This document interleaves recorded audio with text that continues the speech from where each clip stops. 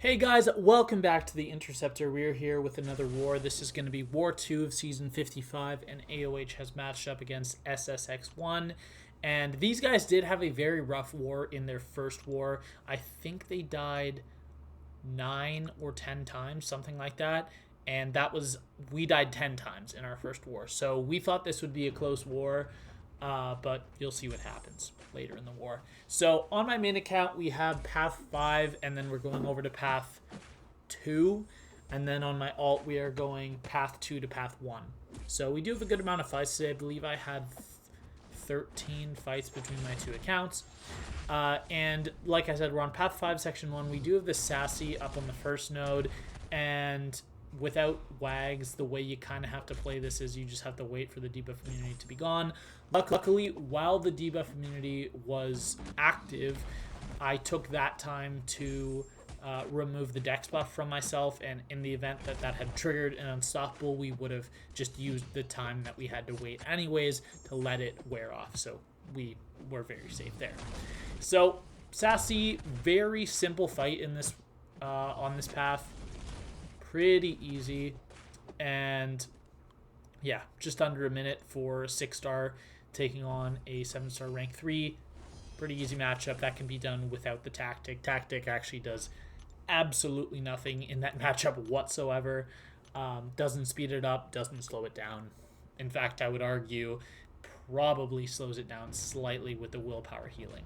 But it's the difference would be like a 5-second difference, 10-second difference. So next up on the second fight, we have this Nick Fury on Heavy Hitter. Very straightforward fight with Stealthy. I've taken it before. The only thing that you have to do differently in this matchup as opposed to normal champions is you have to save, specifically normal champions when fighting them with Stealthy, is that you have to save your striker to be able to safely reapply the slow after the second life starts. So I do know how to dex all hits except for 2 of the special one, but there I didn't do it because, I mean, you'll see how minimal the damage I took in the block was. But yeah, got into the next life. We are able to reapply our slow, so at this point the fight is completely over. This combo is going to kill, and once again, about a minute, even though the second life probably added on about 15 seconds, 20 seconds. Let's go over to path 2 here, and this fight was a little bit scary because the block damage was insane. And I don't really know why the block damage was so crazy in this fight. Maybe there's something with the nodes. Wait, is there a node here where the defender gets more attack for each buff they have? Because that would actually explain it. That might be it. Yeah, I think I just didn't read the nodes. I knew it was nothing that affected like the danger of this matchup, but you'll notice I'm taking 3% damage on my parries every time, which is kind of insane. We are going to try to push to SP2. We are going to get clipped one time in this fight because for some reason her first light attack just hits so fast after her medium that sometimes I get caught by it even after dexing the medium, and there I wasn't even trying to parry. That was just a fluky parry, but I'll take it. We are trying to push to L2 just so I only have to deal with half the specials. The withers that we get from dexing are going to affect power gain, but it's not going to matter in this matchup because she gets her power gain at 15%, and I am just going to see, that's where it happened right there. I dexed it, and I tried to dex out of the second hit, but I was too slow. I don't know what it is about this defender specifically, but it feels like it always happens with White Tiger. But yeah, like I said, we are just going to save a special so that we are able to end the fight right after the power gain activates. And unlike a champion like Serpent, who has power gain and a way to not die, White Tiger doesn't. So she'll just go down. You can kind of kill Adam Warlock the same way, where if you give him a big burst of damage or you deal a lot of damage in one hit, you can just completely bypass his pod. It just won't activate if he's already dead. And we are healing up Stealthy here mostly because I'm trying to get my invuln boost to work for 3 fights. So I want to make sure that my Stealthy is healthy for the next fight, because the next fight after this is his. But yeah, White Tiger, little bit of block damage, not really a big deal. Domino, this is not a bad matchup. She is pretty tanky, unfortunately, because this is a 7-star rank 3, and I'm using a 6-star rank 5.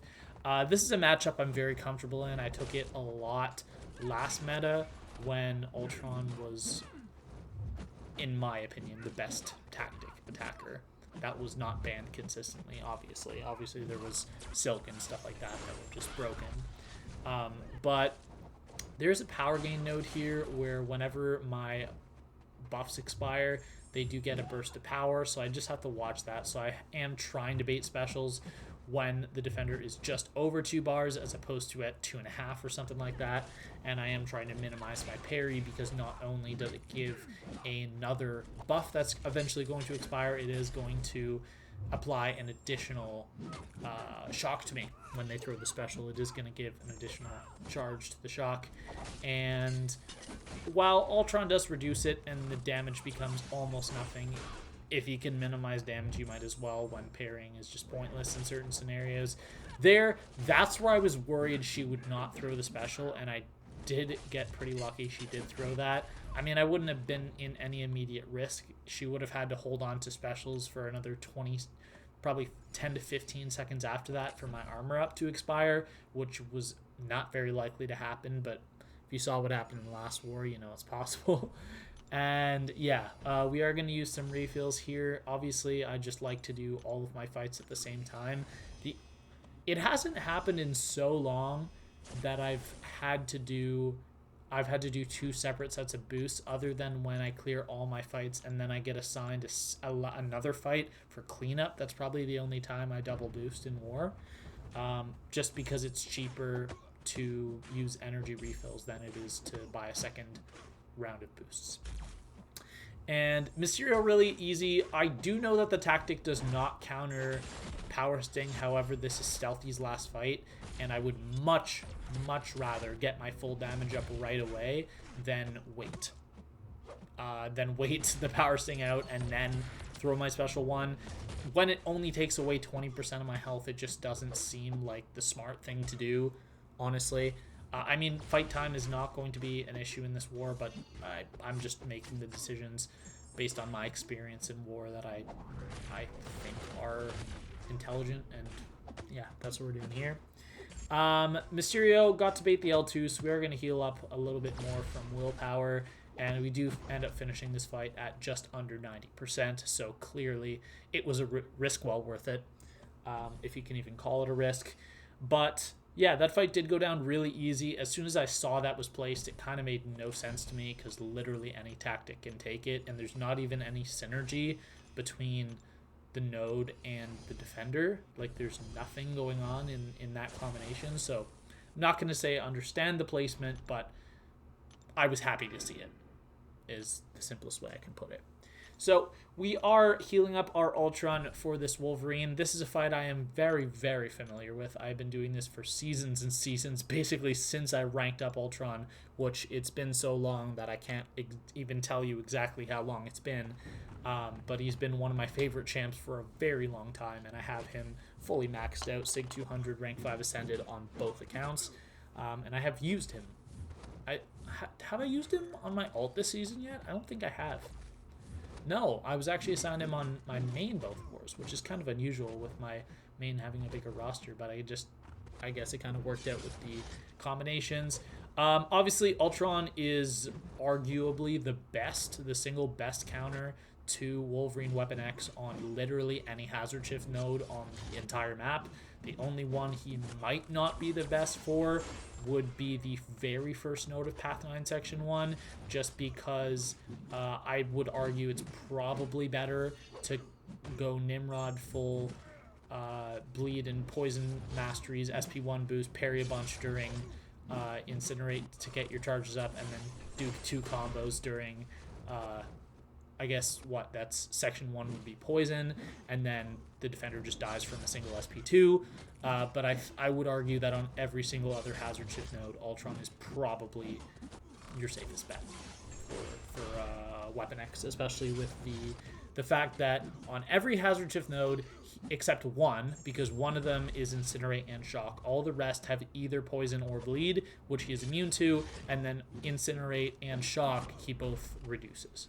So pretty straightforward there, and that is all for my main. So let's go over to my alt. My alt has some interesting fights this war.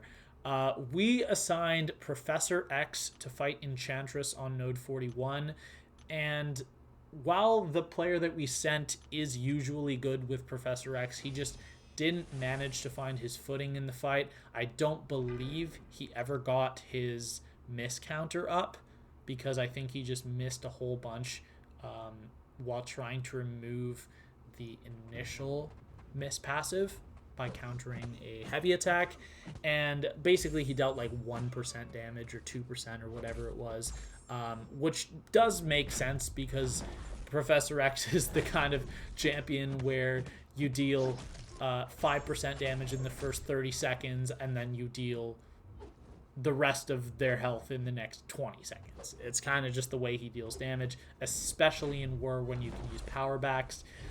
This fight here, this is path 2, section 1, and you'll notice in this fight I did start my light attack at the very beginning of the fight with a light opener, and the reason I did that is because I did have an invuln boost active, which was specifically for this fight here. If you don't know why I used an invuln for this fight, the Sadist node. Attuma is a defender who constantly puts debuffs on himself, especially when you parry him with a champion like Onslaught, who you would want to parry him with, because while you do get the passive stun, you do give them a bunch of debuffs, so they are going to be dealing quite a lot of damage to you. So theoretically, even at this point, with what's that, 7 plus the 8 debuffs from Magnetize, even if at this point I were to get comboed, I would die in a single combo. So, not trying to do that. Trying to go for an invuln because L1, L2 just absolutely melts the guy. He dies during the L2, which is just insane. That, going into the war, was the fight I was the most concerned about, but we'll see what happens. So, we are going over to path 1, and this is actually the debut for my rank 3 7-star Hood, who I did manage to pull on my alt account from the Nexus 7-star crystal that we were given from, I don't even know what it was from. It's from some event recently, and I luckily already had Hood, and I did manage to dupe him in the Nexus, which was the best pull I could have asked for. At this point, he is SIG 150, so not as high as I would want. In there, I don't know why I didn't throw the L2. I had the perfect opportunity. My second medium got me to 2.5 bars. So this did add quite a lot of time onto the fight, and it was just kind of stupid. Because while the L2 does do some good damage, and it also gets a damage boost for every bar of power that the opponent does have, it's just not the play with Hood. With Hood, you want to use L2, get as many bullets as you can, and then nuke them with a heavy attack, which there, we are able to bypass his pod because we just hit him with a heavy attack before, and it just ends the fight. So that was nice. This fight here with Killmonger, I am very experienced in the matchup of Onslaught versus Killmonger, and this is kind of a nothing node. In fact, I have so much faith in my damage output that I am just going to choose to 100% ignore the node, ignore all the regen, and just count on the fact that I'm going to outdamage it. And yes, I am going to outdamage it very, very easily. But obviously in a fight like this, in this matchup, especially with that fight with a champion like Onslaught, whose SP1 inflicts so many debuffs, you are at the risk of sending the defender to an L3, although because it's Killmonger, it's an L3 does no damage, essentially. I would be shocked if an L3 from Killmonger even in war like this, did 25% of my health. I would be shocked. Just because he generally doesn't have very much damage output, especially on his L3. Because the majority of his L3 comes from his bleeds, which obviously he will not have as a defender. I guess technically someone like Sinister, who puts bleeds on himself, I wonder if that actually counts for Killmonger's count. But anyways, even if it did, I'm immune to the bleed damage because I'm Onslaught, so doesn't matter. Countering L1s with the heavies, as long as he wants to keep throwing it, we'll keep doing it. Here we are just going to intercept with an L2. I'm not too worried about pausing it because I know I am going to get a chance to pause it. Right here, going to bait a heavy, go for a heavy. At this point, the fight's over. He throws an L2 into my block. Easy fight. That was Onslaught's second and the last fight of the war, so very, very pleased with how those fights went.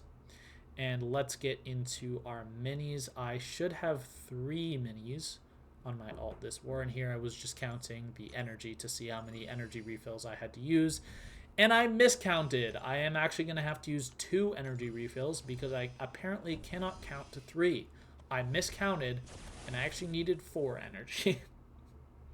So we're going to have to buy 2 energy refills instead of 1, which, you know, not really a big deal. It was, what's that, 30 units or something like that? But yeah, you can see how little damage the player did with Professor X because he just never got to his L3, and he was not able to control the fight. I am not going to do a good job in this fight. Luckily for me, the tactic prevents Enchantress's damage back. If it didn't, there's a 90% chance I would have died. And there, we are just missing a lot in a really bad situation right now here. There, I meant to go for a light attack and it ate my input. There, I did not mean to block. I'm having a lot of input issues right now. For some reason, I thought that Dex in the corner might work for removing the intercept spell, but luckily on this L1, we actually get all intercept charges, which means that as soon as this ends, we'll be able to intercept and not have to worry about the damage reflection, and we're actually able to remove all the charges. Here she's not throwing her special. Here she finally is going to, and I believe right here we are going to get our intercept, which is very nice. What I'm going to do is I'm going to do a full combo into the L3. Oh, apparently not L3. I don't know why I didn't counter that either, because now I'm going to get rooted for no reason. We're going to get comboed again. And yeah, I've seen other people do this fight successfully. I am not the greatest player in the world at fighting Enchantress, and I'm also just not that great at dealing with the combination of Enchantress and this node with Power Focus 1 and just everything that's going on here. A defender that forces you to block, but if you block, you get punished. It's just a very strange combination. So here my L3 leaves are at 4%. We do throw the striker into the block. If you throw a striker into the block, you are guaranteed, if you hit immediately after, to be able to get a full combo into their block. So as soon as I got that striker off, I knew that the fight was over. There was a very small period of time she could have thrown the L3 right there after my L1 landed and before my striker activated, but even if she had, I don't think that a max boosted Luke Cage with what, 45% health would have died from there. Maybe, I mean, there's a chance. I just don't think it's very likely. I do think I would have survived. I don't think I got lucky there, but maybe it would do more damage than I thought. I don't know. Anyways, we got through that fight somehow. And we are on to our next fight, which is Havok on Hazard Shift. This was a very fun fight. The exhaustions that you inflict actually completely shut down the power gain node here. What's it called? I forget what the power gain node is called, but it doesn't matter. We are at 10 exhaustions at this point. We're baiting a heavy. We want to push to L2 just because it's faster. Not that plasma really matters in a matchup like this, because the tactic does take care of plasma explosions. However, L2 is faster to bait out. It can't go... I mean, it can go unblockable, but it's not going to go unblockable and you can't counter it. For example, you just can't counter the L1, so I prefer to bait L2 for that reason. And you obviously get rid of 2 bars of power at once. So yeah, they're a little bit under a minute. Pretty nice fight. What's that, like 55 seconds? 59. Okay, so literally just under a minute. And pretty clean, pretty happy with how that fight went. And we're going into our last fight of the war, a fight I was very, very confident going into. I thought there was absolutely 0 chance that I died of this fight. I believe I still have an invuln on. I do not. So I'm going to throw one on because I had one in the overflow. And also the store at this point had already opened back up. So I was able to purchase one after I did all my fights. So I still have one in the overflow on this account at least. But yeah, Mangog, this is the power gain node. We're going to use our exhaustions to lower that power gain. Try to get Mangog to throw his L1 if he wants. We just don't want him to throw L2s because obviously it is going to go unblockable and we're going to take some damage. But we're doing a lot of damage. 20 seconds in, he's already at 2/3 health. I believe here we're going to throw our L2. In hindsight, that L2 might have been a mistake only because it removed the exhaustions that were controlling his power gain. But as long as we get them up, here he's throwing specials, so he's getting more attack. He's getting more... Is it combat power rate? Yeah, it's not power gain rate. It's combat power rate. And he's also getting more block penetration.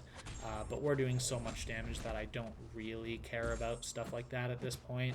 And here we're just going to go for it. We're going to go combo into Striker, into combo into L1. The L1 is going to stun, and combo is going to finish off the fight. So very nice, very clean fight. I was never in any risk because even if I sent him to that L3 and that L1 hadn't stunned or the combo after hadn't killed, I still had 3 invuln charges. So absolutely nothing could possibly have gone wrong in that matchup because I never gave him the opportunity to throw an L2. So yeah, that is going to be all. Let me just go to like some point in the clip where I can kind of naturally end it. There. I'll just leave it. I'll leave the screen there while I talk about how this war went. SSx did beat us, and I was very impressed that they were able to turn around their poor performance in War 1, and they had 2 deaths. And yeah, they did beat us. We had a total of 8 deaths. We started off the war very, very badly. I think we had 5 deaths in our first 60 fights or something like that.